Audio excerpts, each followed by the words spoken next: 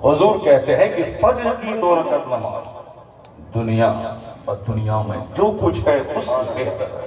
اللہ، دنیا میں امریکہ ہے، دنیا میں ہالینڈ ہے، دنیا میں ہندوستان ہے، دنیا میں ساری ممالک کی کرنسیز ہیں، دنیا میں سونے چاندی کے پہاڑ ہیں، دنیا میں کوئلہ ابرد کی کھدانیں، ساری چیزیں، پیٹرول ڈیزل کے چشمے ہیں۔ تو حضور نے کیا کہا؟ فجر کی 2 رکعت نماز دنیا اور دنیا میں جو کچھ ہے اس سے بہتر ہے۔ یہ سمجھنے والوں کے لیے، ورنہ آدمی کا ایمان اتنا کمزور ہو جائے گا کہ 2% کی خاطر وہ نماز چھوڑ دے گا۔ ایک گراہک آئے گا، جماعت سے نماز پڑھنا 27 گنا زیادہ اجر ہوتا ہے، لیکن وہ 5 روپے ایک گراہک کو دیکھ کے وہ نماز چھوڑ دے گا، بولے گا ہم بعد میں پڑھ لیں گے۔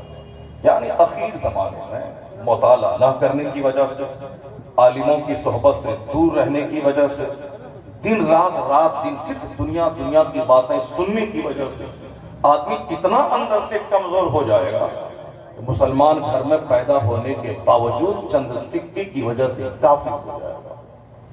اور جو علم سے قریب ہے، جو شعور اور آگہی سے قریب ہوگا، وہ کرسچن گھر میں پیدا ہونے کے باوجود وہ علم کی روشنی میں مطالعہ کر کے وہ صاحب ایمان ہو جائے گا۔ اب اسی کی مثال میں 2-3 دیتا ہوں۔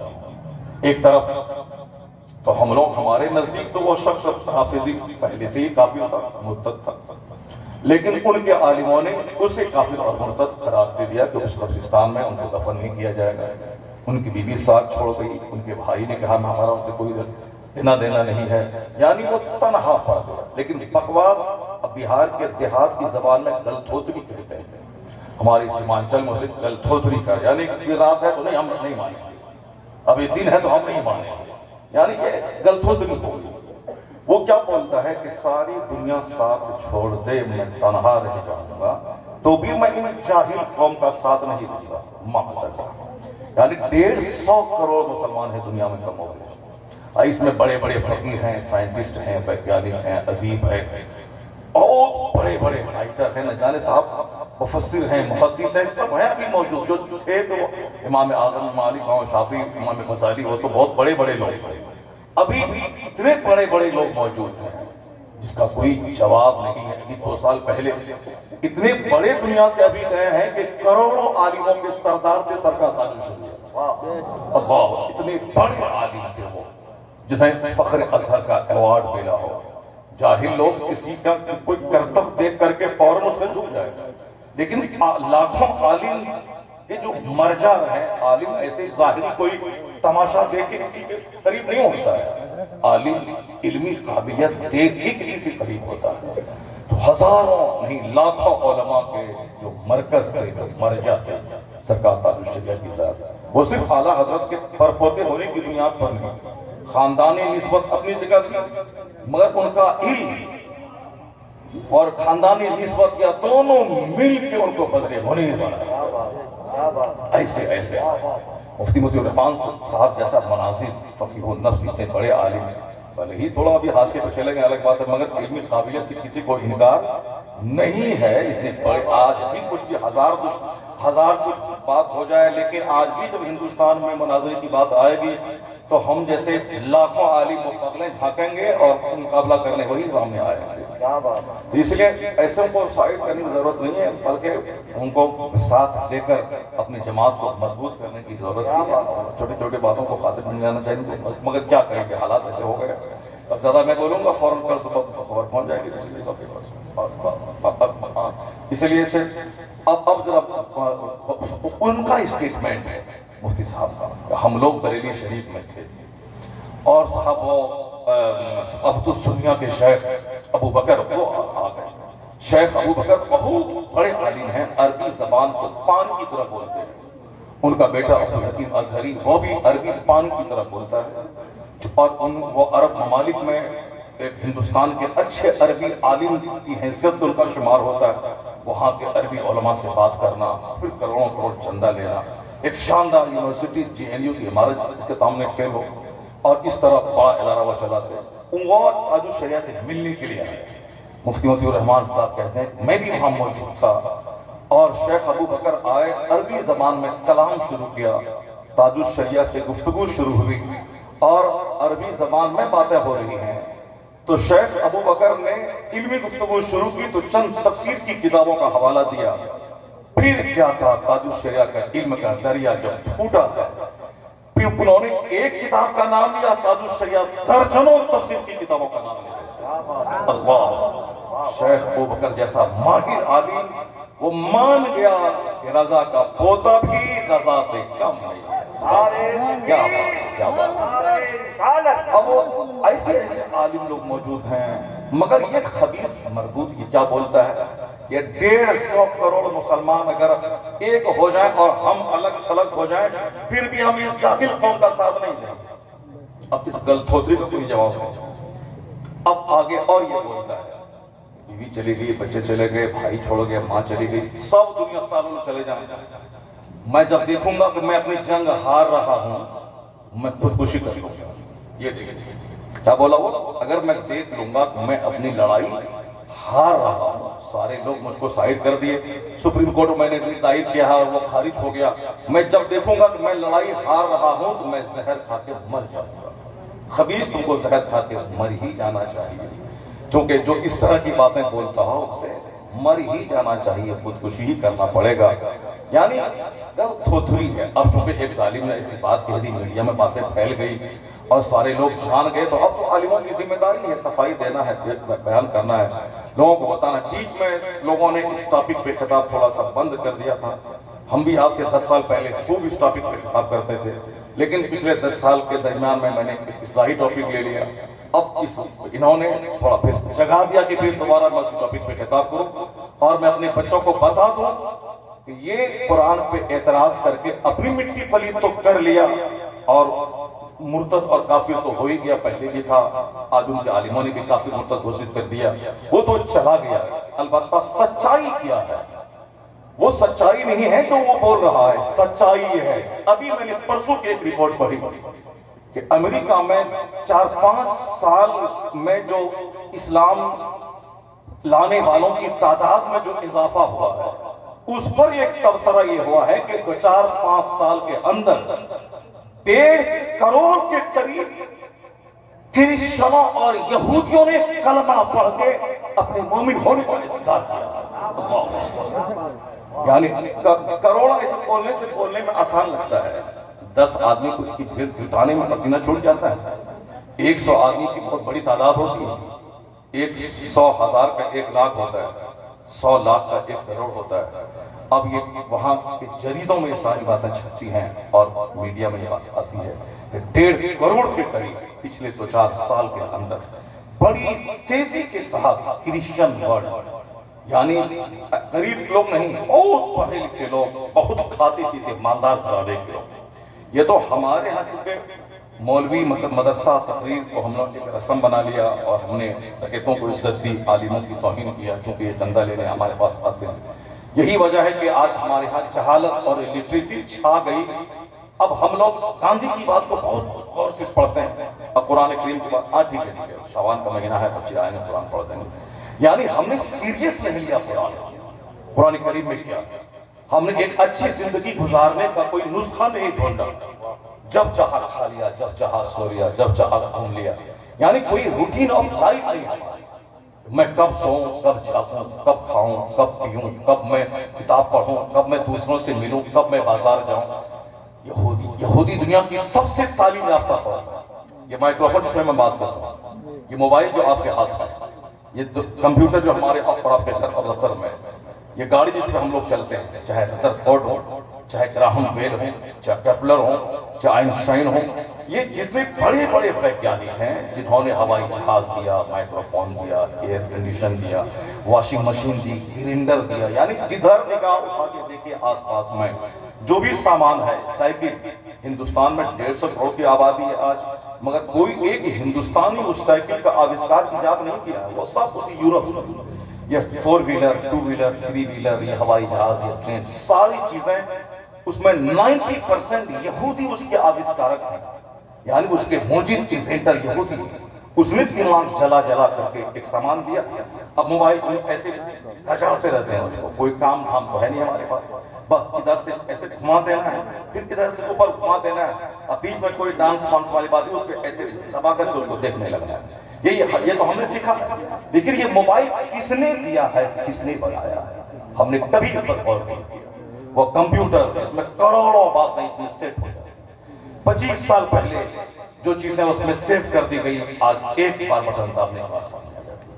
ہمارے دماغ میں بات نہیں، میں سب کچھ وہاں سے ایک بھنڈار ہے معلومات کا کمپیوٹر، ایک بڑی دنیا ہے اس کی۔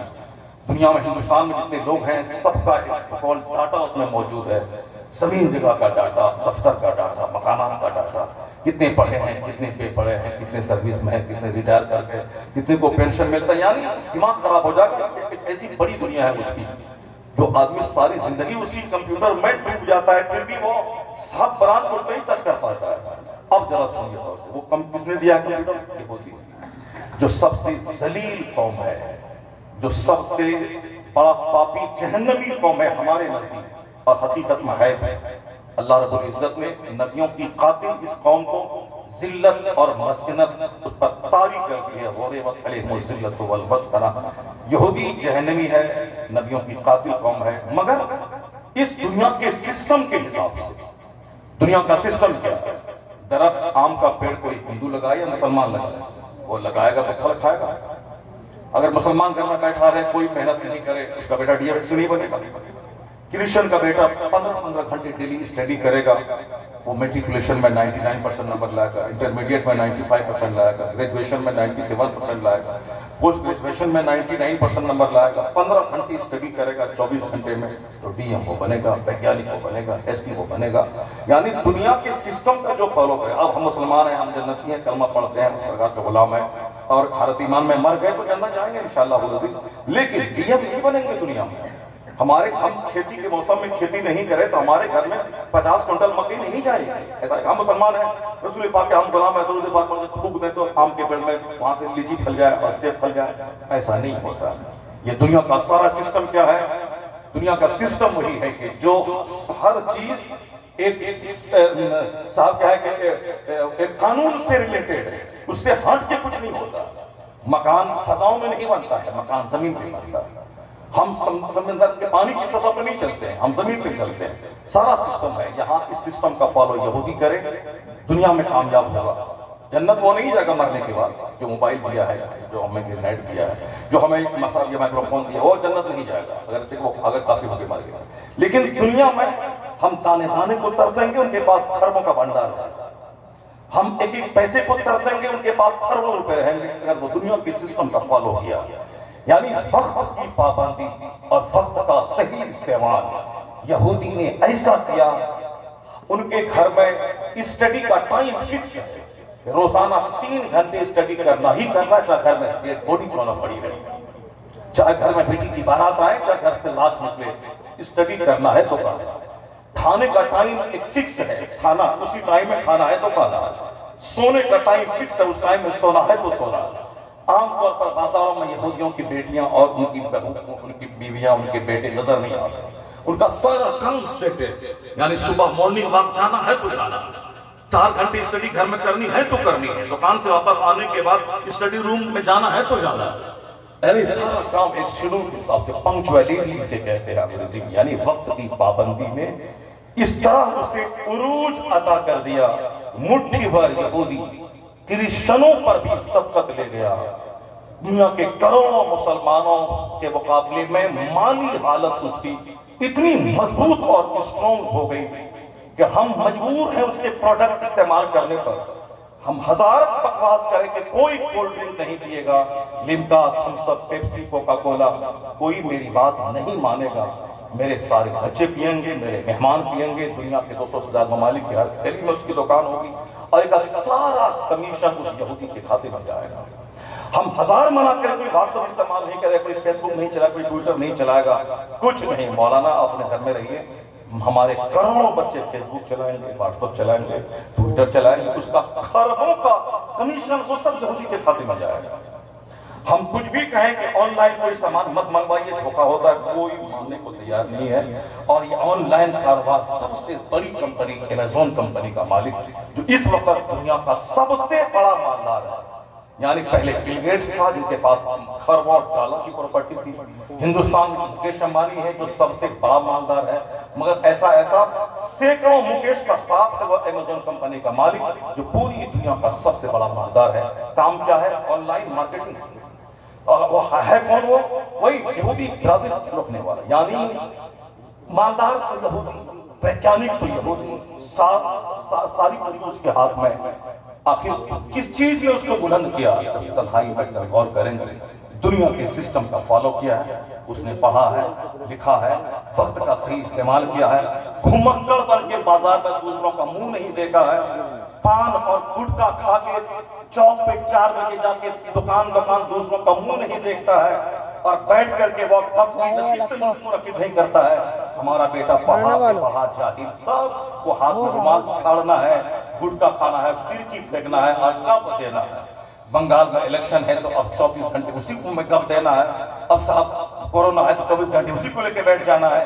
یعنی یہودی کو اس سب سے کوئی مطلب نہیں، اس کو اپنے ایک مشن سے، ایک ایم سے، ایک ایمبیشن سے مطلب ہے، جبکہ وقت کی پابندی اگر کسی مذہب نے سکھایا ہے تو مذہب اسلام۔ ابھی ماہ رمضان آنے والا ہے، 4:03 پہ سحری کا ٹائم ختم ہوگا، تو سمجھ لیں کہ 4:02 پر جو بیوی میرے لیے حلال تھی، 4:03 پر بیوی میرے لیے حرام ہے۔ 4:02 میں جو پانی میرے لیے حلال تھا، جو دانا میرے لیے حلال تھا، 1 منٹ کے بعد وہ پانی دانا میرے لیے حرام ہو گیا۔ افطار کا ٹائم 5:20 ہے، تو 5:19 میں جو بیوی، جو دانا، جو پانی میرے لیے حرام ہے، 1 منٹ کے بعد وہ بیوی حلال ہوگی، دانا حلال ہوگا، پانی حلال ہوگا۔ 1 منٹ میں اتنا بڑا فرق۔ ابھی فجر کا ٹائم ختم ہونے والا ہے 5:41 پہ، 5:42 میں فجر کی نماز پڑھنا حرام ہے، اور 5:40 میں ہم پڑھ سکتے ہیں، 42 میں نہیں۔ اب پھر فجر کی نماز کے بعد، یعنی پورے آفتاب کے بعد سے لے کے زوال ختم ہونے تک، یعنی ظہر کبریٰ کا ٹائم ختم ہونے کے بعد جب ظہر کا ٹائم شروع ہوتا ہے، کہ پورے 7-8 گھنٹے میں کوئی نماز فرض نہیں۔ ظہر کی نماز ہم زیادہ نہیں پڑھ سکتے ہیں، نماز 1 منٹ پہلے نماز پڑھنا درست تھا، 1 منٹ کے بعد ناجائز ہے۔ زکوٰۃ سال بھر جس مال پہ لگ جائے اس پر زکوٰۃ فرض ہے، 1 دن بھی کم ہے تو زکوٰۃ فرض نہیں، وہ سارا مال بیوی کو میں شفٹ کر دوں تو زکوٰۃ فرض نہیں۔ 1 دن پہلے زکوٰۃ فرض نہیں، 1 دن کے بعد زکوٰۃ فرض نکالنا ہے۔ ساری زندگی میں مدینہ میں گزاروں گا، حج نہیں کہنا ہوگا، حج نہیں ہوگا۔ حج ہوتا ہے ذی الحجہ کی 9 تاریخ کو میدان عرفات میں رہنا، اور ساری زندگی مکہ میں رہوں، 9 تاریخ کو نہیں رہوں، حج نہیں ہوگا۔ یعنی منٹ کی قیمت، وقت کی قیمت، جگہ کی قیمت۔ جیسے کل شعبان کی 15ویں رات تھا، آج ساری رات کوئی جاگ کے رہ جائے ثواب ملے گا اس کو، لیکن شعبان کی 15ویں شب کی جو فضیلت ہے وہ 15ویں رات کوئی نہیں ملے گی۔ شب قدر میں جو جاگنے کی فضیلت ہے 1000 مہینے سے بہتر ہے وہ رات، وہ اسی رات میں ملے گی جو شب قدر ہے، جو قدر کی راتیں ہیں۔ اور ٹرین کا ٹائم ہے 8:20 پہ، اب میں رات ہی سے 1 بجے سے بیٹھ جاؤں، بیٹھنا فضول ہے، اور 8:20 پر ٹرین آئی چلی گئی، میں 8:22 پہ اسٹیشن پہنچوں اور وہاں 4 دن تک دھرنا دے دوں، سب بیکار ہے۔ یعنی ٹائم پہ ٹرین چلے گی، 1 منٹ جو اسلام نے قیمتی بتایا ہے۔ روزہ رمضان میں فرض ہے، دوسرے مہینے میں نہیں۔ چاہے ہم 11 مہینے روزہ رکھیں، رمضان کا 1 روزہ اگر چھوٹ گیا جان بوجھ کر بغیر عذر کے میں روزہ نہیں رکھا، اس کے بدلے میں قانون تو یہ ہے کہ 60 روزے 1 کے بدلے میں رکھیں، مگر حقیقت سچائی یہ ہے کہ اگر رمضان میں جان بوجھ کر کوئی 1 روزہ چھوڑ دیا، اس کے بدلے میں ساری زندگی قضا کر لے، اس رمضان کے روزے کا بدل نہیں ہو سکتا۔ تو ایک منٹ جو رمضان اسلام میں جو قیمتی بتایا ہے، اس کا فائدہ کون اٹھایا گیا؟ اس کا فائدہ یہودی لے گیا۔ زندگی کی ایک منٹ کو انہوں نے قیمتی سمجھا، اس کا صحیح استعمال کیا۔ ہم کو نماز با جماعت، روزہ، حج، زکوٰۃ، یہ ساری عبادتیں وقت کی پابندی سکھاتی ہیں، اور ہم نے اس کو تحت پہ رکھ دیا تو ہم کوڑی کے 3 ہو گئے۔ کوئی کملیش بولتا ہے کاٹ دیں گے، کوئی مکیش بولتا ہے کاٹ دیں گے، کوئی پخانہ جس کو دھونا نہیں آتا وہ بولتا ہے مار دیں گے، کوئی گوبر کو جو پاک سمجھتا ہے وہ بولتا ہے ہم مولی کاجر کی طرف پھاڑ کے پھینک دیں گے۔ یعنی سارے لوگ مجھ کو اٹھانے کی دھمکی دے رہے ہیں۔ دنیا کی سب سے نفیس ترین قوم کنتم خیر امہ جس کو اللہ رب العزت نے سب سے بہترین گروہ قرار دیا، خیر الامم سب سے بہترین گروہ، سب سے بہترین جماعت، جنتی جماعت جس کا مقابلہ کوئی نہ کرے، دنیا بدلنے والی جماعت، انقلاب پیدا کرنے والی جماعت۔ آج قوری کے دن اسی لیے ہم نے وقت کی قدر نہیں کی۔ مسجد ویران ماہ رمضان کو میں نے اجاڑ دیا زکوٰۃ کے نکالنے کے لیے، اتنے کاہل بنے کہ جہاں 2 لاکھ زکوٰۃ نکلنی چاہیے 10,000 نکال کے ہم نے چھٹی پا لی، جہاں 50 من جہاں عشر نکالنا ہے وہاں 10 من نکال کے ہم نے چھٹی پا گیا۔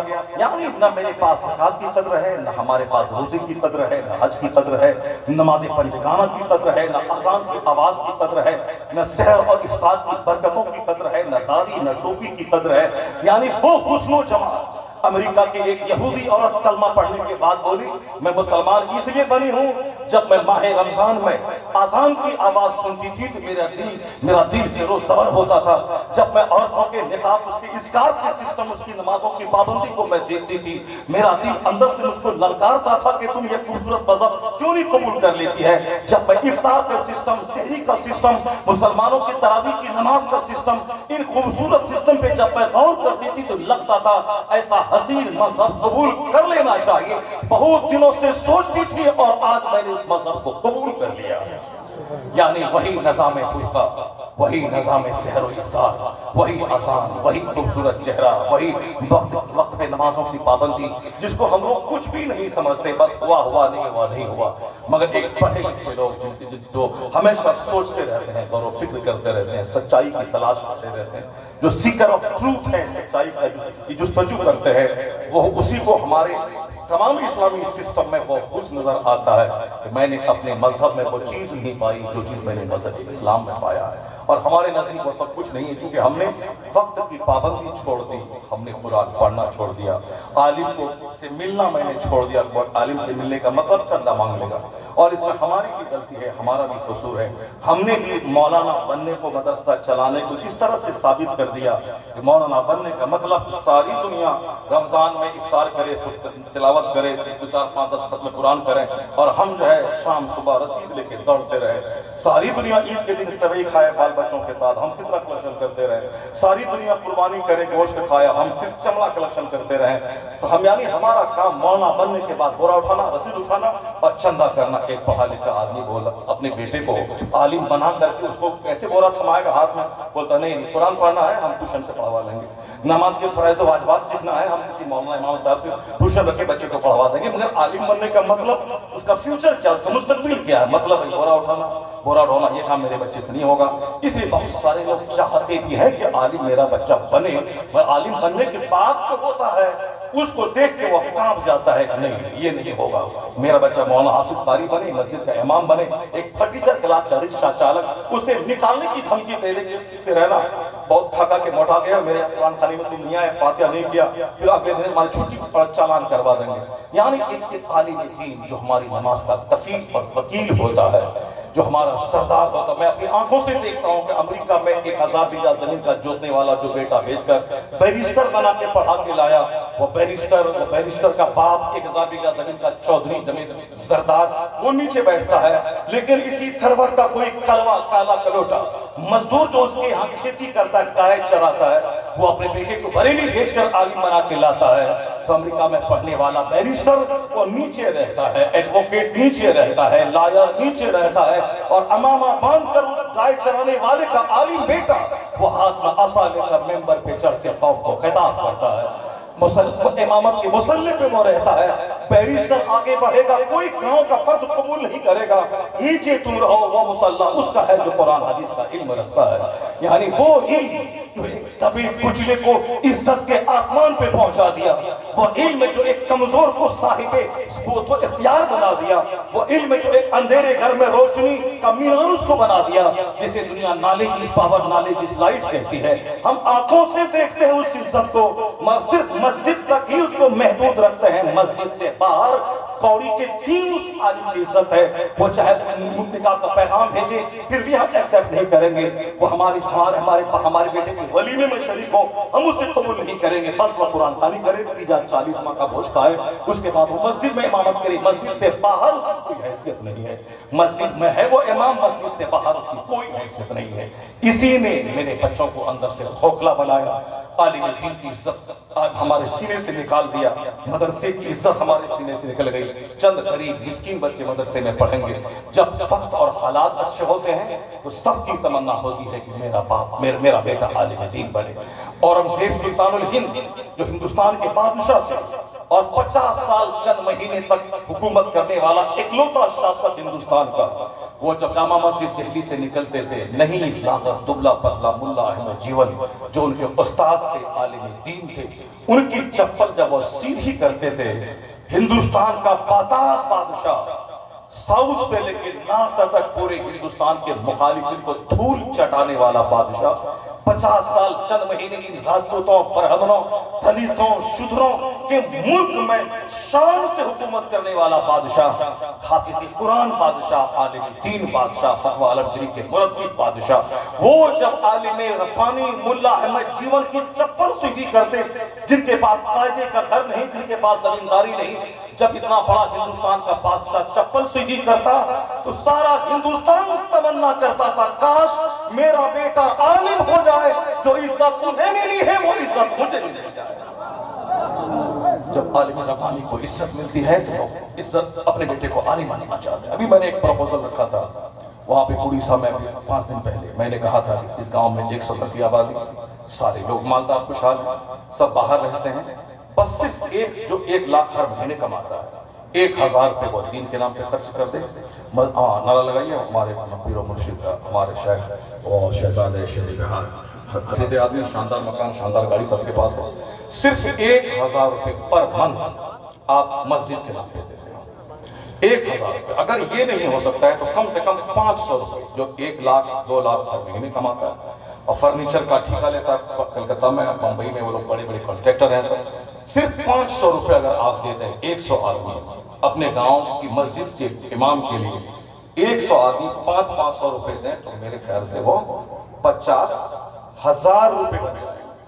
تو 50,000 روپے تنخواہ اگر آپ کے امام کی ہو جائے، میں یقین کے ساتھ کہتا ہوں کہ جو اپنے بیٹوں کو کے لیے سلیکشن کرنا چاہتا ہے، چوائس کرنا چاہتا ہے کہ میں انجینئر بناؤں کہ ڈاکٹر بناؤں کہ مولانا بناؤں، اس کا فیوچر کیا ہے، اس کا فیوچر کیا ہے، انجینئر بنتا ہے، پرائیویٹ کمپنی میں جاب کرتا ہے، 25,000 روپے سے تنخواہ شروع ہوتی ہے۔ اگر امام کو اس کو ہم ہاتھ چومتے ہیں، پیشانی کا بوسہ دیتے ہیں، عزت سے ان کا استقبال کرتے ہیں ارب پتی بننے کے بعد، اگر ان کی تنخواہ 50,000 روپے ہو جائے پر منتھ، تو جو چاہے گا کہ میں بیٹے کو عالم بناؤں یا انجینئر بناؤں، تو پریورٹی اس بات کو دے گا کہ پہلے میرا بیٹا عالم بنے گا، چونکہ تنخواہ بھی ملے گی، جنت بھی ملے گی، عزت بھی ملے گی، سماج کے لوگوں میں کے درمیان وہ تاج بن کے چمکے گا بھی، یعنی دنیا آخرت دونوں اس میں ہے۔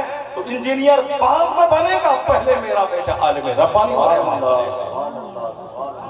آخر زمانے میں جب دنیا کا کاروبار بھی، دین کا کام بھی بغیر پیسے کے نہیں چلے گا، اعلیٰ حضرت نے کیا لکھا کہ سچ کہا صادق و مصدوق پیغمبر صلی اللہ علیہ وسلم نے، اخیر زمانے میں دین کا کام درہم و دینار سے چلے گا۔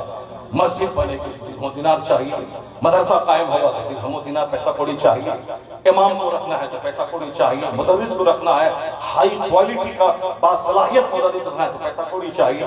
اب 5,000 کا جو رہے گا وہ گھس پڑ کے رہے گا، تو اب ظاہر سی بات ہے جو مدرسے میں پڑھا نہیں پائے گا تو کیا کرے گا، وہ کھوجے گا کوئی مسجد مل جائے۔ اب نہیں شرعی پڑھاؤ گے تو نہیں، ملازم پڑھاؤ گے تو نہیں، امیر پڑھاؤ گے تو نہیں، کیا کرو گے؟ امامت چاہیے۔ امامت تو بہت آسان کام ہے، انا اعطیناک الکوثر، قل اللہ احد یاد کر لے اور امامت کرے، وہ ایمانی تقریر یاد کرے، ایک ہی تقریر ہر جمعہ کو کرے، کوئی روکنے والا نہیں کہ تم تقریر کیوں کرتا ہے ہر جمعہ کو۔ چونکہ لوگ آتے ہیں اس کو پوچھنے کہ پچھلے جمعہ کو کیا خطاب ہوا تھا، کسی کو آتے ہیں لوگ بولیں کہ پچھلے جمعہ کے دن امام صاحب نے پچھلے جمعہ کو کون سی آیت پر سورت پڑھی تھی، جمعہ کے دن پہلی رکعت میں کسی کو معلوم۔ چونکہ لوگ آتے ہی مسجد میں، بدن وہاں رہتا ہے، دماغ دکان میں رہتا ہے، اسے امام بننا بہت آسان ہے، صرف 4 سورت یاد کر لے، وہ کوئی آئی اللہ احد بس امامت کرنے کے لیے کافی ہے. اور پھر وہ امام مقتدی پوچھے گا نہیں کہ آج جمعہ کا دن ہے، سورہ سجدہ سورہ تہر پڑھنا سنت ہے. بخاری شریف میں آیا ہے کہ حضور صلی اللہ علیہ وسلم نماز جمعہ کے دن نماز فجر میں پہلی رکعت میں سورہ سجدہ پڑھتے تھے، دوسری میں سورہ تہر پڑھتے تھے. بخاری مسلم دونوں میں یہ روایت آئی ہے. کم سے کم کسی دن زندگی میں ایک دن ہی حضور کی اس سنت پر عمل کر دیں کہ پہلی رکعت میں سورہ سجدہ اور دوسری میں سورہ تہر پڑھیں. اس کو پڑھانے کی محنت چاہیے. رمضان میں تراویح سنا دینا ایک گھرلے سے وہ الگ ہے، اور قرآن ترتیل سے مغرب میں پڑھنا وہ الگ ہے. اس لیے مولانا جو بخاری شریف پڑھاتے ہیں وہ بھی لقد جاءکم، اور جو حافظ ہیں 10 سال سے پڑھاتے وہ بھی لقد جاءکم. کیوں؟ اس لیے کہ وہ پڑھ دینا حضر سے رمضان میں جو لہجہ اختیار کیا یاد کرنے کا وہ الگ ہے، اور ترتیل سے نماز میں پڑھنا وہ الگ ہوتا ہے. اس لیے مولانا صاحب بھی وہی قل اللہ احد اور حافظ صاحب بھی وہی قل اللہ احد. اسے آج کل امام بننے کی زیادہ محنت کرنے کی ضرورت نہیں. محنت کون کرے گا؟ 50 سال سے جو بخاری کا درس دے رہا ہے، 51واں سال جب وہ پہلا درس دیتا ہے تو وہ بھی مطالعہ کر کے وہ غلط کا درس دیتا ہے. یعنی ساری زندگی ایک عالم مدرس خوب محنت کرتے ہیں. پڑھنے کے زمانے میں پڑھنے کا شعور حاصل کرتے ہیں، باقی علم تو اصل میں پڑھنے کے بعد حاصل ہوتا ہے. ہمارے بزرگوں نے کہا کہ جو مولانا 3 دن کتاب پڑھنا چھوڑ دے ان کا دل مرنے لگتا ہے. جو 20 سال پڑھے اور 3 دن کتابوں کی اسٹڈی چھوڑ دے ان کا دل مرنے لگے، یعنی دل سخت ہو جائے، پکا دنیا دار ہو جائے. اور جو کبھی پڑھا نہیں ہے اور کبھی پڑھتا نہیں ہے اس کے دل کے مرنے کا عالم کیا ہوگا؟ یہی عالم ہوگا کہ صبح مومن رہے گا، شام کافر ہو جائے گا. اور جو مولانا 20 سال پڑھنے کے بعد کتاب چھوڑ کے دریا کس کے وہ کھیتی باڑی اور بزنس کرے گا اور وہ بولے گا کہ ہم بھی بزنس مین ہو گئے، لائن چھوڑ دیا، اس لائن میں فائدہ نہیں ہے. یعنی وہ مولانا بنا تھا پیسہ کمانے کے لیے، اب پیسہ نہیں تھا تو لائن کو چھوڑ دیا، لائن کو چھوڑ دیا. بدتمیز کہیں کا یہ عالم بننے کی لائن، مولانا بننے کی لائن، حدیث قرآن پڑھنے کی لائن، اس کو تو چھوڑ دیا. مولانا بننے کے بعد ضروری نہیں کہ امامت کے لیے ہم پیسہ کمائیں. مولانا بننے کے بعد بزنس کیجئے، کھیتی باڑی کیجئے، گورنمنٹ کی ملازمت حاصل کیجئے، اور فری میں جمعہ کا خطاب اور جمعہ کی نماز پڑھائیے. ابھی جو ڈر رہتا ہے کہ حق بولے کہ متولی شرابی ہے، شراب کی مذمت کیا تو نکال دے گا اثر سے پہلے، یہ ڈر نہیں رہے گا. جب آپ گورنمنٹ کی ملازمت کرتے ہیں اور فری نماز پڑھاتے ہیں، پھر گھنٹے کی چوٹ پہ سینے پہ چڑھ کے بولیے کہ شراب کی حرمت بیان کیجیے، شرابی کی مذمت کیجیے، کیونکہ آپ کی روزی اس سے ریلیٹڈ نہیں ہے، اس لیے آپ کو کوئی ڈر نہیں ہے. یعنی روزی کی فکر آدمی کو اندر سے تھوڑی سی بزدل بنا دیتی ہے، لیکن اس ذریعے معاذ سے اگر آپ فلفلمنٹ ہو گئے تو آپ بولیں گے تم رکھو اپنا مسلح، نہیں دے گا ہم دوسری مسجد میں خطاب کریں گے، مگر حق ڈنکے کی چوٹ پہ بول کے رہیں گے. اور یہ باتیں کب پیدا ہوتی ہیں؟ جب آدمی کا اپنا سیلف کاروبار رہے. اس لیے زمیندار لوگ اپنے بچے کو حافظ اور عالم بنائیں، ان کو بولیں کہ فری میں تم کو تراویح پڑھانی ہے، نماز پڑھانی ہے، 10 بیگھہ زمین میں نے تمہارے لیے اسپیشل دے دیا ہے، اس کی کھیتی باڑی کرنا، اس سے اپنا گھر دوار چلانا، اور پھر مفت میں فریلی آزاد ہو کے دین کا کام کرنا. اور پھر جو کھاتے پیتے لوگ ہیں وہ 2-4 کروڑ روپے اپنے بزنس کر کے اپنے بیٹے کو دے دیں اور عالم بنا دیں. اس کاروبار سے گھر چلائے گا اور فریلی دین کا کام کرے گا، مسجد میں نماز پڑھا گا وہاں ٹائم. پھر وہاں چونکہ پبلک ہماری جب دیکھ لے گی کہ یہ ہمارا محتاج ہے، میرے ٹفن کا محتاج ہے، میرے پیسے کا، تو پھر وہ ہم کو تو ردی کی چٹی کر دے گا وہ. لیکن جس دن وہ جان لے کہ ہماری ٹفن اور ہمارے پیسے سے بے نیاز ہے، پھر اس دن پھر وہ آپ کا پاؤں بھی چومے اور پاؤں ہاتھ بھی چومے اور کچھ ڈانٹ بھی دیں اس کو، وہ آپ کی قدر بھی کرے. لیکن جس دن وہ سمجھ جا کہ مدرسہ ہماری وجہ سے اس کا چلتا ہے، تو پھر تو آپ اس کی دعوت پہ نہیں گئے، تو پھر اب تیار رہیے کہ وہ بولے چندہ ہم آپ کو نہیں دیں گے، آپ آئیے دروازے پر آپ کو ہم بتا دیں گے.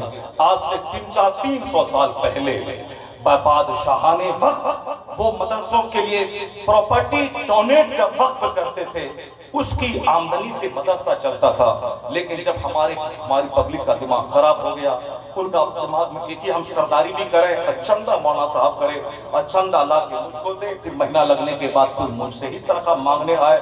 یعنی میرا ہاتھ نہ پاؤں میلا ہو، سرداری بھی بیٹھ کے میں کروں، میں سیکریٹری صاحب ہوں، چاہیے چندہ یہ کریں، بچوں کو یہ پڑھائیں، تعمیر یہ کریں، سب یہ کریں، اور ہماری سرداری بھی ہاتھ سے نہ جائے. تب عالموں نے جب دوسرا راستہ اختیار کیا ذریعہ معاش کا، یہ پبلک تو صاحب ہمیں نوکر بنا دے گی. جب دیکھا مدرسہ بند ہونے لگا، مکتب بند ہونے لگے، تب یہ عالموں نے سوچا کہ جب ہم لوگ ایسے ہی مدرسہ مسجد سے الگ ہو جائیں، یہ جوہلا مدرسہ کو برباد کر دیں گے اور کوئی قرآن پڑھنے والا نہ ملے گا۔ اب انہوں نے کمر کسیا، چلو مجھ کو سلام مت کرنا، مجھ کو دیکھ کے دروازہ بند کر دینا، میں بقرعید کو گھر میں گوشت نہ کھاؤں، میں چمڑا قربانی کی کھال میں جمع کروں گا، مجھ کو سلام مت کرنا، میں ذلیل ہو جاؤں گا، یہ مجھے گوارا ہے، مگر درسگاہ رسول بند ہو جائے یہ مجھے گوارا ہے۔ جس دن یہ عالموں نے یہ سوچ لیا کہ مجھ کو سلام مت کرنا، مجھ کو دعوت مت دینا، مجھ کو مت کھلانا، سب کچھ مجھے پسند ہے، مگر زکوٰۃ خیرات دو تاکہ مدرسہ چلتا رہے۔ جب انہوں نے سر پہ کفن باندھ کے اپنی عزت کو تاج پہ رکھ کے جب چندہ شروع کیا، آج لاکھوں مدرسے ہندوستان میں چل رہے ہیں۔ احسان ان علماء ربانیین کا ہے جنہیں مسند پر بیٹھ کر صرف بچوں کو پڑھانا ان کا کام تھا، اور مالداروں کا کام تھا کہ تمہارے پاس علم ہے، علم بانٹ، میرے پاس دولت ہے، میں تیرا خرچ چلاؤں گا۔ جب یہ رجحان ختم ہو گیا، اب یہ مسند نشین مسند کے نیچے اتر گیا ہے کہ ہم چندہ بھی کریں گے، مدرسہ بھی بنائیں گے، مہمان رسول کو کھانا بھی کھلائیں گے، اپنی تنخواہ بھی لیں گے، اپنی عزت کو بھی خراب کریں گے، سب گوارا ہے، مگر قرآن کی تعلیم بند ہو جائے یہ ہمیں گوارا نہیں۔ احسان ان علماء خاص ان محتمین کا جو سب کچھ سیکھ کر کے گاڑی مدرسہ چلاتے ہیں، وہ ناگے دستار بندی کے جلسے کا منظر تک دکھنے کو نہ ملتا، یہ احسان ان کا۔ میں نے صاف باتوں میں کہا اگر عالم کو عزت ملتی ہے تو باپ اپنے بچے کو عالم بنانا چاہتے ہیں، اور جس حالت میں ہم نے عالم کو چھوڑ دیا ہے اس حالت میں کوئی نہیں چاہے گا کہ ہم بچے کو عالم بنائیں۔ اب ذرا دیکھیے کسی مدرسے کے بارے میں ایک یورپ کا کرسچن، وہ یہودی جو وقت کی پابندی کر کے دنیا کو مٹھی میں کر لیا ہے، اور ہم نے وقت کو برباد کر کے اپنی عزت کو مٹی میں ملا دی ہے، اور اس کا ایک دانشور کیا بولتا ہے، وہ کہتا ہے it must be owned that all the knowledge whether of physics or astronomy or astrology or mathematics which flourished in Europe from the 10th century was originally derived from the Arabian schools, and the Spanish Saracen may be looked upon as the father of European philosophy۔ میرے بچے سوچتے ہوں گے مولانا تو انگریزی بولتے ہیں، ہاں ہاں، میں نے فارسی کی پہلی سے لے کے بخاری شریف تک مدرسے میں پڑھا ہوں، اس کے بعد اسکول کی تیاری کر کے میٹرک میں جو بچہ 55 سے انگلش میڈیم میں پڑھتا تھا، 300 سے زائد بچے اسکول میں تھے، ان سارے بچوں میں میرا نمبر سب سے اونچا تھا، فرسٹ میں نے ہی کیا تھا میٹرک میں مدرسے میں پڑھنے کے باوجود۔ الحمدللہ جب میں نے انٹرمیڈیٹ کیا یونیورسٹی میں میرا ٹاپ پوزیشن تھا، انگریزی آنرز جب میں نے رکھا 3 ایئرس والا، جب اسی سال سے شروع ہوا تھا 3 ایئرس والا، پہلے تھا 2 سال کا پریویس کورس، 1 سال کا آنرز، میرے سیشن سے شروع ہوا 3 ایئرس ڈگری آنرز۔ پہلے سیشن میں ہم لوگ تھے، ہم لوگوں نے انگریزی کا جو 55 سے انگریزی پڑھتا تھا اس کے مارکس کم تھے، الحمدللہ مدرسے میں پڑھنے والا، داڑھی میں نے کبھی نہیں منڈایا، داڑھی ایک انگوٹھی سے کم میں نے کبھی نہیں کی، جبکہ انگریزی پڑھنے والا، انگریزی میں آنرز کرنے والا، ایم اے کرنے والا، شیروانی کے ساتھ، ٹوپی کے ساتھ جب ایگزام دینے جاتے تھے انگریزی ایم اے کا، تو وہ جو گارڈ ہوتا تھا انجلیٹر، وہ جب میری ٹوپی کو دیکھتا تھا، میرا چہرہ دیکھتا، شیروانی دیکھتا، ٹوپی کو دیکھتا تھا۔ ایسا نہیں کہ صرف مولانا بننے کے بعد اسکول گئے تو داڑھی میں سب منڈا لیا اور ٹوپی پھیر دیا اپنا، اب ماڈرن بن گئے جیسے اکثر بچے آج کل کر رہے ہیں۔ پٹنہ میں ایک مسجد میں امام صاحب تھا، 20-25 سال امام رہا، اس کو ٹیچر کی نوکری ملی اور ٹوپی بھی ہٹ گئی، داڑھی بھی چھوٹی ہو گئی۔ کیا ہوگا؟ 20 سال مدرسے میں پڑھا، اس کا اثر کہاں گیا؟ اب 20 سال سے امامت کیا، اس کا اثر کہاں گیا؟ اب وہ نہیں بولتا ہے میں مجھے لوگ عالم کے ماسٹر صاحب کہنے کو اس کو بڑا اچھا لگتا ہے، اور پھر اس مدرسہ وغیرہ کچھ نہیں، اسکول کہنے کو بڑا مزہ ملتا ہے اس کو، ایک منظر فارغ کا منظر سے، منظر حق ٹانڈا سے، وہ جب بھی وہ ناظم تھا جلسے کا، کچھ علاقے بستی رقم جب بھی جاتے تھے نظامت وہی کرتے تھے، وہ کیا کہتے تھے تقریر ختم کریں، ہم کو اسکول جانا ہے، ہم کو اسکول جانا ہے، تو ہم سمجھے کہ ہائی اسکول میں نوکری ملی ہوگی، اس کو ہائی اسکول میں اسکول میں نوکری ہوگی۔ میں نے کہا کہ کون اسکول میں آپ پڑھاتے ہیں؟ وہ مدرسہ کا نام ہے، اس مدرسے میں سرکاری ٹیچر ہے۔ یعنی مدرسہ کو اب وہ مدرسہ نہیں کہنا چاہتا ہے، اسکول۔ ایک بار نہیں کئی بار، ایک بار نہیں کئی بار اس سے ملا، اور ہر بار یہ بولا کہ اسکول جانا ہے، 8 بجے سے اسکول ہے، معاذ اللہ، 1000 بار معاذ اللہ۔ یعنی جو مدرسہ کا ہنگامہ دنیا میں مچا ہے، اور یہ مولانا منظر حق ٹانڈا کا فارغ، یہ اس مدرسے کو اسکول بنا دیا، اور اپنے آپ کو ٹیچر اور ماسٹر بننے پہ فخر محسوس کرتا ہے کہ میں ماسٹر ہو گیا ہوں. یعنی کا مطلب یہ نکلا کہ بچہ پڑھتا ضرور ہے مگر وہ سوچ جو ہونی چاہیے وہ سوچ نہیں بن پاتی ہے. ورنہ ایک سیٹ مدراس میں عزیز بھائی خربوں میں کھیلتا ہے, انگریزی پانی کی طرح بولتا. میں ان کی مسجد میں 2 سال نماز پڑھایا, ان کے ساتھ گاڑی میں نے کئی بار سفر کیا, اور وہ آدمی خربوں میں یعنی کروڑوں روپے اس سال میں زکوٰۃ, خیرات اور علماء کے نذرانے اور حفاظ کرام کے نذرانے پہ وہ خرچ کرتا. کروڑوں لاکھ نہیں, اتنی دولتیں اس کے پاس ہیں. انگریزی پانی کی طرح بولتا ہے, ابھی امریکہ میں کبھی ہالینڈ میں کبھی لندن میں سفر کرتا رہتا ہے. مگر وہ آدمی چہرے پہ داڑھی, نمازوں کی پابندی, فجر کے بعد میں نے اس کو پاکستانی پنجسورہ لے کر صورتیں اور فضائل پڑھتے میں نے اس کو دیکھا ہے. وہ آدمی جو کتنا خربوں کا کاروبار کر کے داڑھی نہ چھوڑتا ہو, نماز نہ چھوڑتا ہو, اور جو دھولی صاحب ہو کر کے نماز چھوڑ دے اور بزنس میں جائے تو نماز چھوڑ دے, یہ اس کے لیے ان کی زندگی ماڈل ہے. جو دنیا دار ہے, خربوں میں کھیلتا ہے, وہ اگر چاہے تو بزنس بھی ہو, نماز بھی ہو. اگر یہ چاہ لے تجارت بھی ہو, خطابت بھی ہو, دین کا کام بھی ہو, 1 گھنٹہ درسگاہ میں جا کے بچوں کو حافظ بھی بنا دے, دل اندر سے مطمئن ہوگا کہ اس درس کے ساتھ میرا ذریعہ معاش نہیں جڑا ہے, یا فی سبیل اللہ پڑھاتا ہوں, اس کا اجر قیامت میں اللہ عطا فرمائے. ایک دیوبندی بولا, مغرب کے بعد بہت پابندی سے پڑھاتا تھا بچوں کو. ان سے پوچھا گیا دن میں تم پڑھاتا ہے اور شام میں تم مسجد میں پڑھاتا ہے؟ وہ بولا کہ دن میں پڑھاتا ہوں, اس کا پیسہ لیتا ہوں, اور یہ شام کے سمے میں پڑھاتا ہوں, یہ فی سبیل اللہ پڑھاتا ہوں. بطور حساب ایک نسلی وہابی خبیث, یعنی جس کا عقیدہ مطلب کچھ نہیں ہے, وہ اس طرح سوچ رکھتا ہو, اور ہمارا آدمی بغیر پیسہ لیے فاتحہ نہ پڑھتا ہو, 1 قدم آگے نہ بڑھتا ہو, داعیانہ سوچ نہ ہو. میں ان سے بات ملوں گا, میں ان کو دین سمجھاؤں گا, یعنی اس طرح کی کوئی فکر نہ ہو.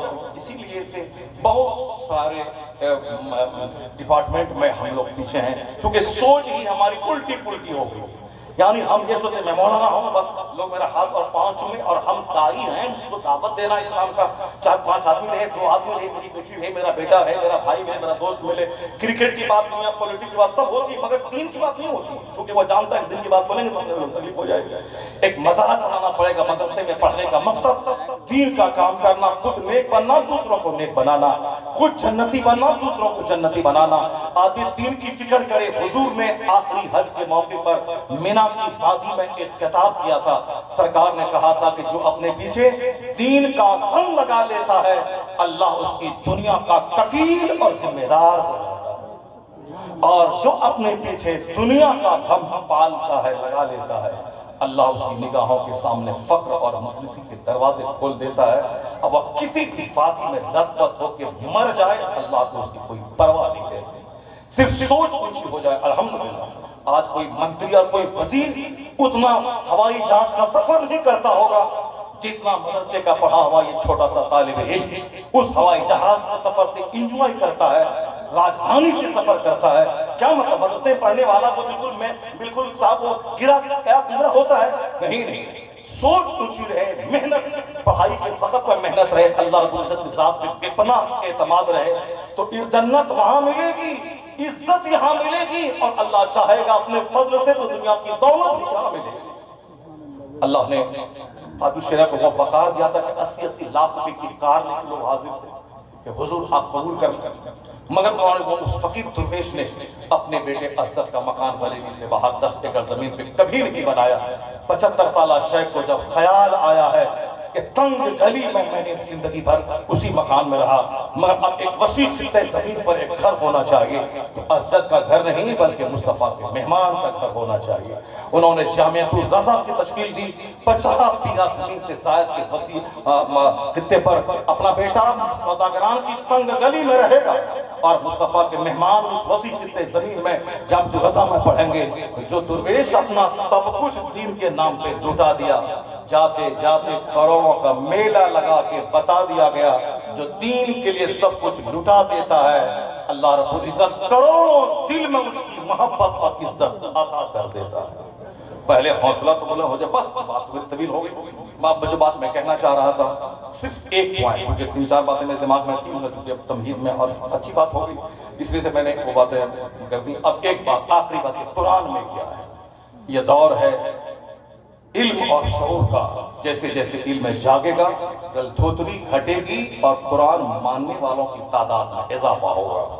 اسی میں ایک شخص ہے تھائی لینڈ کا، Chiang Mai university of Thailand department of anatomy کا ایک بہت بڑا چیئرمین، یعنی اس ڈپارٹ کا ہیڈ، اس ڈپارٹ ہیڈ صاحب میگاٹیٹ ڈائشن، وہ انہوں نے ساری زندگی سائنس کے ایک برانچ پہ انہوں نے گزار دی۔ جیسے سائنس کی بہت بڑی دنیا اس کی ہے، فزکس ہے، کیمسٹری ہے، بایولوجی ہے، بایولوجی میں زولوجی ہے، بوٹنی ہے، پھر بوٹنی میں بہت سارے چیپٹر ہیں۔ اب ایک ڈاکٹر سب کا ڈاکٹر نہیں ہوتا ہے، آئی اسپیشلسٹ الگ ہے، ڈینٹل اسپیشلسٹ الگ، ڈینٹسٹ الگ ہوتا ہے، سب گیسٹرولوجسٹ الگ ہوتا ہے، یعنی ایک سب سے لے کے پاؤں تک ایک پارٹ ہے۔ مگر کوئی بولتا ہے کہ ہم فزیشین ہیں، کوئی بولتا ہے ہم سرجن ہیں، کوئی بولتا ہے کہ ہمارا سمبند پیٹ کی بیماری سے، کوئی ہمارا برین سے ہے۔ ایک بڑی دنیا ہے سائنس کی، اور میڈیکل سائنس کی بڑی دنیا ہے۔ انہوں نے میگاٹیٹ نے انہوں نے ساری زندگی سب کا صرف ایک پوائنٹ انہوں نے خرچ کیا، وہ یہ کہ آدمی کے اندر میں جگر ہے، گردہ ہے، معدہ ہے، اندر میں خون وینز ہیں، بلڈ سرکولیشن ہے، سب کچھ ہے، اس کے اوپر میں چمڑے اسکن کا لباس چڑھا دیا گیا۔ یہ اسکن کا لباس، یہ چمڑے کے اندر میں ہے گردہ، لیور، پیٹ کا سارا نظام، دماغ کا سارا سسٹم، یعنی سب پر ایک چمڑے کا لباس ہے جو باہر سے کچھ نہیں دکھتا، اور اندر میں اگر اس چمڑے کو ادھیڑ دی جائے تو اندر سے گردہ نکلے گا، مسالہ نکلے گا، لیور نکلے گا، جگر نکلے گا، معدہ نکلے گا، بلڈ نکلیں گے، وہ سارا سسٹم ہے، چمڑے کا لباس ہے۔ انہوں نے اسکن اسپیشلسٹ بننے کی کوشش کی، اور اسکن کی بیماریاں، اس بیماری کا علاج، اسکن پہ ریسرچ، ساری زندگی اسی چمڑے کی تحقیق پہ انہوں نے کیا، کیونکہ دنیا بھر کی ساری بات کو پڑھ نہیں سکتا وہ آدمی، ایک آدمی حافظ، قاری، مفتی، عالم، فقیہ، محدث، مفسر، منطقی وہ سب بن جائے ایسا تو ہوتا نہیں، مگر کوئی کروڑ میں ایسا ہو جاتا ہے۔ یہ سرکار اعلیٰ حضرت تھے، محدث تھے، فقیہ تھے، مدبر تھے، مفکر تھے، حافظ تھے، قاری تھے، مفتی تھے، سب تھے، یعنی سارا علم جس میں جمع ہو جائے، جو پری کوشا سے چیریاں سو جس کو پڑھنے کے 50 سال لگے، وہ سارا علم اعلیٰ حضرت 4 سال سے شروع کرے اور 14 سال کی عمر میں سارا علم حاصل کرے۔ وہ اسے کہتے ہیں پری کوشس جینیس، اس کو انگریزی میں کہتے ہیں پری کوشس جینیس، یعنی وقت سے پہلے سے ہی وہ ذہین ہو جاتا۔ اور پھر اوور ایکسٹرا آرڈنری پرسنالٹی، یعنی ایکسٹرا آرڈنری پرسنالٹی، غیر معمولی شخصیت کا حامل، یہ کوئی ہوتا۔ باقی جنرل آدمی نہ وہ جانتا ہے تو صرف قاعدے سے نہیں جانتا، نہ وہ صرف جانتا ہے تو منطق نہیں جانتا ہے، منطق جانتا ہے تو معانی اور بیان نہیں جانتا ہے، وہ جانتا ہے تو فقہ میں دلچسپی نہیں، فقہ جانتا ہے تو علم حدیث ٹھیک سے نہیں جانتا، یعنی اس طرح ہوتے۔ اسی طرح سائنس کی دنیا بڑی وسیع دنیا ہے۔ میگاٹیک ٹائسن انہوں نے ریسرچ کیا اسکین پر، یہ اسکین درد کو کیسے لیتا ہے، درد کا احساس کہاں ہوتا ہے، کن خلیوں میں، کن سیل میں ہوتا ہے، ساری زندگی اسی کو پڑھنا، اسی پہ تحقیق کرنا۔ انہوں نے ایک تھیوری دی کہ درد کا احساس جو ریسیپٹر آف پین ہے وہ گوشت نہیں ہے، وہ ہڈی نہیں ہے، وہ چمڑا ہے، یعنی پین کو محسوس کرنے والا، درد کے احساس کرنے والا خلیہ ہے وہ چمڑی میں رہتا ہے۔ انہوں نے ایک کتاب لکھ دی، دنیا والوں کے سامنے اپنی تھیوری بیان کر دی، درد کا احساس جلد میں چمڑے میں ہوتا ہے، گوشت اور ہڈی اندر نہیں۔ اور پھر جب چلنے والا کا چمڑا جل جاتا ہے تو پھر اس میں سے انہوں نے وہاں انجیکشن ڈال کے جہاں تک درد کا احساس نہیں ہوگا اور جہاں ہوگا اسی حساب سے وہ علاج کی تشخیص ڈاکٹر کرتا ہے، یعنی وہ ایک سائنس کے ڈپارٹ کی وہ بات ہے۔ اب بتائیں، وہ شخص ریاض میں میڈیکل کانفرنس ہوتی تھی، اس کانفرنس میں وہ کئی بار شریک ہوا، اور قرآن اور حدیث کے سائنسی اثرات پر سعودی عرب میں کبھی کبھی سیمینار اور کانفرنس منعقد ہوتی ہے۔ تھائی لینڈ کے ڈپارٹمنٹ آف اناٹومی کا ہیڈ چیئرمین وہ اس کانفرنس میں شریک ہوا، اور وہاں ایک دانشور کی بات انہوں نے سنی کہ قرآن کریم میں ایک جگہ آیا ہے، وَالَّذِينَ كَفَرُوا بِآيَاتِنَا سَوْفَ نُصْلِيهِمْ نَارًا كُلَّمَا نَضِجَتْ جُلُودُهُمْ بَدَّلْنَاهُمْ جُلُودًا غَيْرَهَا لِيَذُوقُوا الْعَذَابَ۔ اس آیت میں حدیث، اس قرآن اس آیت میں نماز، روزے، حج و زکات، نکاح خلا کی بات نہیں، اس میں ایک فارمولہ اللہ نے بتایا ہے، حالانکہ بات ہے کتاب ہدایت ہے قرآن۔ جہنم کی بات، جہنم میں کون چلے گا، جو کافر ہوگا، جو اللہ کو نہیں مانے گا، بات وہاں ہے، لیکن اشارے کی زبان میں جو بات کی گئی ہے وہ اس دور کا دانشور اس کو جانتا ہے کہ اشارے کی زبان میں کتنی گہری بات اس میں ہو گئی ہے، جو ساری زندگی جس پوائنٹ کو جاننے میں صرف کر دیا میگاٹیٹ نے۔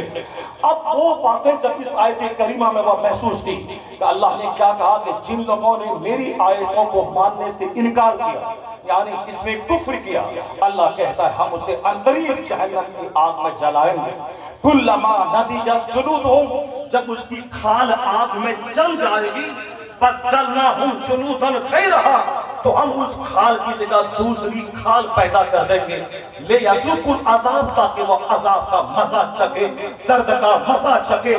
یعنی عذاب کا مزہ چکھانے کے لیے ہڈی کی چینجنگ کی بات نہیں، گوشت کی تبدیلی کی بات نہیں، بدلناہم جلودا غیرہا، دوسری کھال بدل دیں گے تاکہ وہ درد کا مزہ چکھے، عذاب کا مزہ چکھے۔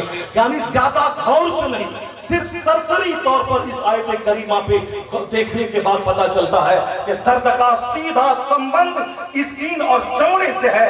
جب میگاٹیٹ نے اس عالم ربانی کی زبانی اس آیت کریمہ کو سنا، اس کے ڈیپتھ میں جب غور کیا، کہا مجھ سے پہلے اس چمڑے پر درد کے احساس کے تعلق سے کوئی دوسرا ویگیانک اتنے ریسرچ اور تحقیق نہیں کیا تھا، اور آج سے 200 سال پہلے اس کی جانکاری کسی کو نہیں تھی، اور یہ قرآن 1400 سال پہلے نازل ہوا، اس میں اس پوائنٹ کو ہائیلی انڈیکیٹ کیا گیا ہے۔ یہ اس بات کی دلیل ہے کہ کسی انسان کا کلام یہ ہو ہی نہیں سکتا ہے، کیونکہ انسان کو تو ابھی معلوم ہوا ہے کہ درد کا احساس چمڑی کی خلیوں میں ہوتا ہے، لیکن یہی پوائنٹ قرآن میں ہے۔ اس کا مطلب ہے قرآن خدائے واحد لا شریک لہ کا کلام ہے، یعنی کائنات یونیورس کے نرماتا کا کلام ہے، جس کو ہم کائنات کا خدا مالک کہہ دیں، رحمان کا کلام ہے۔ انہوں نے بڑے فخر سے اس سیمینار کے سارے مندوبین کے سامنے کہا کہ اب جب میں سچائی کو سمجھ گیا ہوں، میں عزت کے ساتھ اعلان کرتا ہوں کہ لا الہ الا اللہ محمد رسول اللہ، وکلمہ پڑھا بشرف اسلام ہو جاتا ہے۔ نعرہ تکبیر، نعرہ رسالت، عظمت قرآن۔ اس کو اگر یہ وسیم لعنتی کافر مرتد، یہ کروڑوں وسیم ایک طرف، ایک اکیلا وہ ڈپارٹمنٹ آف اناٹومی کا ماہر ایک طرف، یہ تو اپنے آپ اپنی جہالت کو بتا دیا۔ اے پی جے عبدالکلام کتنا بڑا میزائل مین انڈیا کا تھا، اگرچہ ہمارا ان پر کلام ہے ہمارے علماء کا، لیکن دنیا اسے مسلمان کے نام سے جانتی ہے، اے پی جے عبدالکلام۔ وہ آدمی کتنا پڑھا لکھا تھا، جس نے ہندوستان کا سنگل مین، فائر مین جسے کہتے ہیں، ایٹمک تھیوری اس نے دی۔ اس آدمی نے کبھی بھی قرآن کے تعلق سے یہ نہیں کہا اس قرآن کریم میں یہ ہے وہ ہے۔ صدیق عمر نے اپنی طرف سے بڑھا دیا ہے، ان جہاد کی آیتوں سے آتنکواد کو بڑھاوا ملتا ہے۔ کتے جتنے حفاظ علماء قرآن پڑھتے ہیں سب سافٹ ہو جاتے ہیں، نرم ہو جاتے ہیں۔ جو جب تک قرآن نہیں پڑھا وہ خونڈہ گردی کرتا ہے، ڈکیتی کرتا ہے، دوسروں کو مارتا ڈالتا ہے، لیکن جس دن وہ عالموں کے سمپرک میں آ گیا، نماز پڑھنے لگا، قرآن پڑھنے لگا، داڑھی رکھنے لگا، اب کیا ہے وہ طاقت کی زبان نہیں شرافت کی زبان بولنے لگتا ہے۔ یہ جھوٹ ہے کہ قرآن دہشت گردی کو بڑھائے گا، یہ 26 آیتیں اور دعویٰ ہے کروڑوں مسلمانوں کا جو قرآن پڑھنا شروع کر دیتا ہے خونڈہ گردی کی زبان چھوڑ کر صداقت اور شرافت کی زبان بولنے لگتا ہے۔ یہ فیضان ہے قرآن کا، مگر کلتھوتری کا کوئی جواب نہیں ہے۔ پڑھے لکھے لوگ جو علم کی گہرائی میں کود جاتے ہیں وہ اسلام قبول کرنے کے علاوہ کوئی راستہ نہیں نکلے گا۔ اس لیے ڈاکٹر برنارڈ شاہ نے کہا تھا، کرسچن تھا وہ کہا تھا if any religion has a chance of ruling over England, nay Europe within the next 100 years it is Islam۔